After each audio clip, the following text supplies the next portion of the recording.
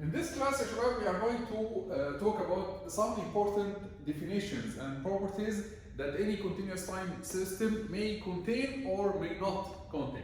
Okay, so we are going to define 6 definitions, and based on these 6 definitions, we are going to examine different systems, whether they have these properties or these definitions or not. So the 6 properties or the 6 definitions that we are going to talk about, the first one is memory, whether the system has a memory or not; invertibility, whether the system can be inverted or not; causality, and we are going to explain the meaning of causality later; stability, whether the system is stable or not, and this is a very important property, definition and property, to know whether our system is going to explode or it's going to be stable. Okay, time invertibility or time invariance, time invariance, which means that our system will be the same at any instant of time. Is it the same system or it is varying with time? Linearity, and again we are going to explain the meaning of linearity when we come to it. We'll start first with the memory. We say that any continuous time system is memoryless if the output, and by the way, for all the properties, we are going to assume that the input is called x of t, the input to the system is called x of t, and the output is called y of t. Okay, this is a notation that sometimes we use to represent our system, that the input x of t produces y of t. This is equivalent that the output is the transformation of the input. It is also equivalent to this block diagram. This x of t, y of t, and this is our system. So all these notations, they are similar to each other. So in all the definitions that we are going to talk about, we will assume that the input is called the x of t and the output is y of t. So we say that the system is memoryless. Memoryless means that it doesn't have a memory only if the output at any instant of time depends on the input at this instant of time. The output at t node, it depends only on the input at t node. Otherwise, if the output at t node depends on any other input at any other instant of time, then the system, we say that the system has a memory. Let's take an example. The example that we can start with is the capacitor. We know that the voltage of the capacitor can be written as, the voltage of the capacitor at any time t can be written as 1 over c integration from minus infinity to t I of tau d tau, right? So if we assume that the input to the capacitor is the current, if we assume that this is our input and the output of the capacitor is the voltage, and I'm asking you now whether the system is memoryless or it has a memory, then you will find, if you look at the equation, you'll find that the output of this system at any instant of time t node, the output at any instant of time t node, it's the integration of all the inputs from minus infinity up to t node. So the output at instant t node, it depends on all previous inputs in the past from minus infinity to t node. Then we say that this system, it has a memory. So this system has a memory. Why? Because the output at instant t node, it doesn't only depend on I of t node, no, it depends on all i's in all the currents from minus infinity to t node, right? While if we take another example, I tell you that we have another example, y of t equals 6 x of t plus 3, anything, or minus 3. Okay, and I ask you whether this system has a memory or it is memoryless. Then you say, well, the output at any instant of time, y of t node at any instant of time, it depends only on the input at the same instant of time, right? This means that this system is memoryless. So this system is memoryless because the output at any instant of time depends on the input at this instant of time, only on this instant of time. Another example on memory is a system that has a relation between the input and the output as 5x of t minus minus 2 plus 1, let's say. So here, what do you think? Does this system have a memory or not? The output at any instant of time, it depends on the input at the previous instant of time, right? So the output at instant t0 depends on the input in the past at t0 minus 2. So we say that this system has a memory, right? Because it depends on a previous instant of time. Same if the same thing if it depends on a future instant of the input. So if y of t, example, if y of t depends on a future instant of the input, again we say that this system has a memory. So this system also has a memory. Okay? So the system is memoryless only if the output at any instant of time depends on the input at the same instant of time. Okay, type. Next property. We are going to move to the next property, which is invertibility. And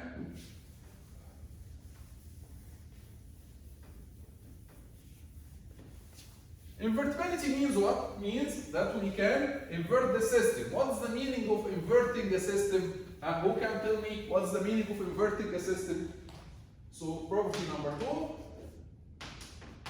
invertibility. Inverting the system means what? Means that we can obtain the input from the output. So if we have the output, we can obtain the input once again. So if we have a system like this, T, this is the input, this is the output. This is the system. We say that this system is invertible. We say that this system is invertible if we can find another system, Ti, if we can find another system, Ti, okay, that we connect in cascade with our system, and it will give us, from the output, it will give us our input once again. So in this case, we say that our system, this is our system, and this is what we call the inverse system.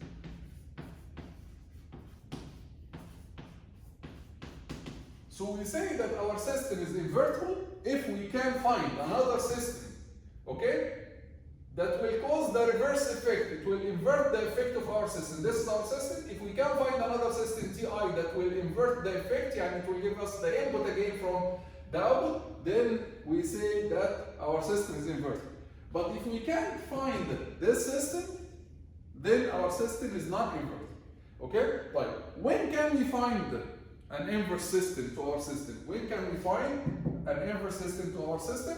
We can find an inverse system to our system if distinct inputs result in distinct outputs. What does it mean, distinct inputs result in distinct outputs?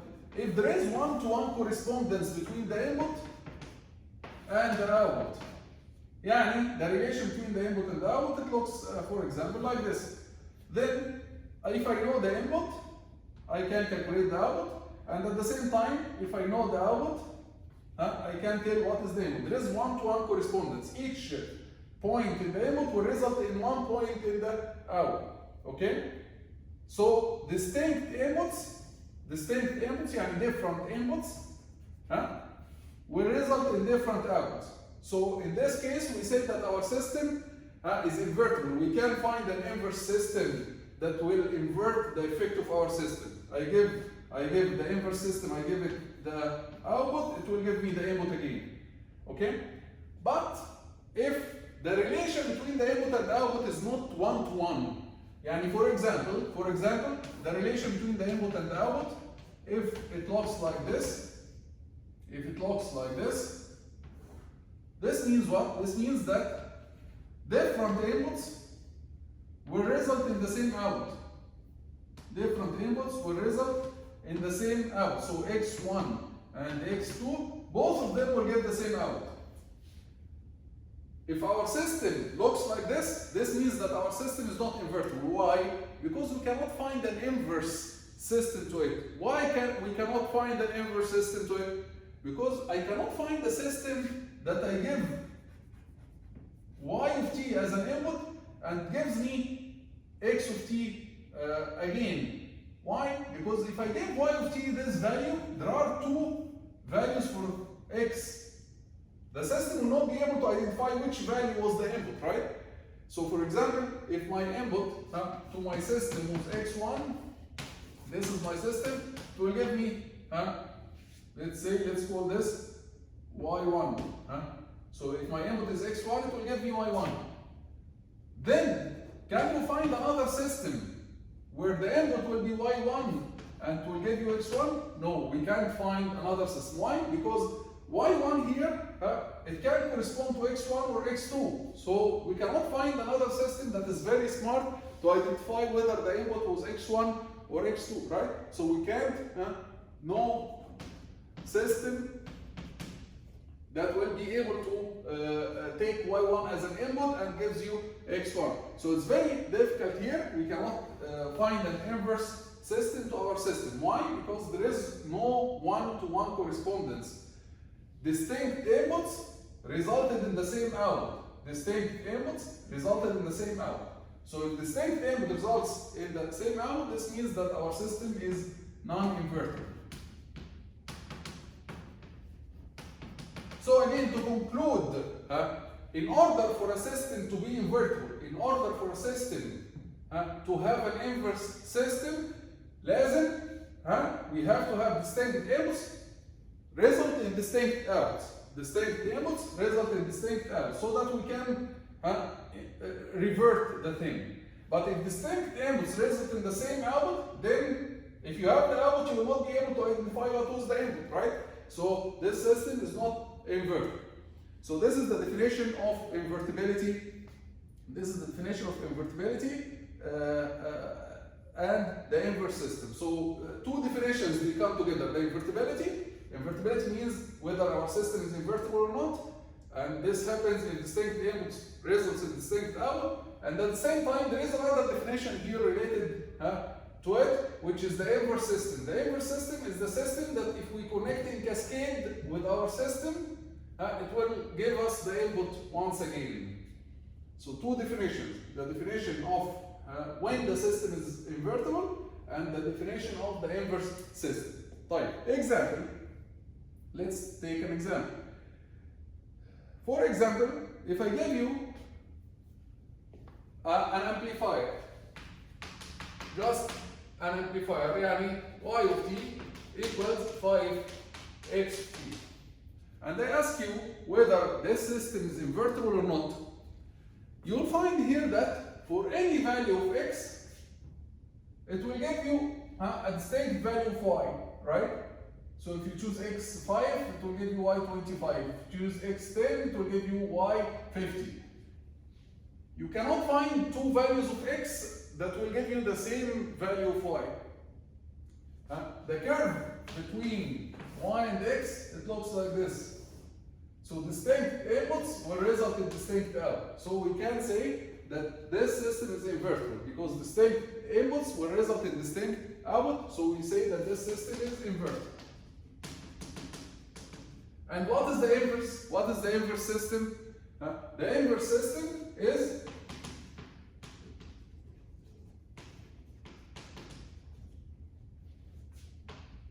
what يا شباب? Is another amplifier that will be 1 over 5 multiplied by 1. The inverse system is the system that will take y of t and gives you x of t again, right? So what is the system that takes y of t and gives you x of t again? It's 1 over 5 multiplied by y of t. It's an amplifier with gain 1 over 5, right? So this is the inverse system to our system. Another example, if I give you the squaring system y of t equals x squared of t. And I ask you whether the system is invertible or not. Of course, the first thing you ask yourself, does distinct inputs here result in distinct outputs? No, because, for example, x of t plus or minus 2, both of them, both inputs, will result in y of t equals 4, right? So here, distinct inputs resulted in the same output. So this system is non-inverted. So this system is non-inverted. Because distinct inputs result in the same output. And if I give you y of t equals 4, you will not be able to tell me whether x of t was plus 2 or negative 2, right? So this system is non-inverted. Okay, sure. So this is the definition of the invertibility, where the system is invertible, and how to calculate the inverse system. Okay, we'll stop this video here, and then we will continue with the other properties in the next video.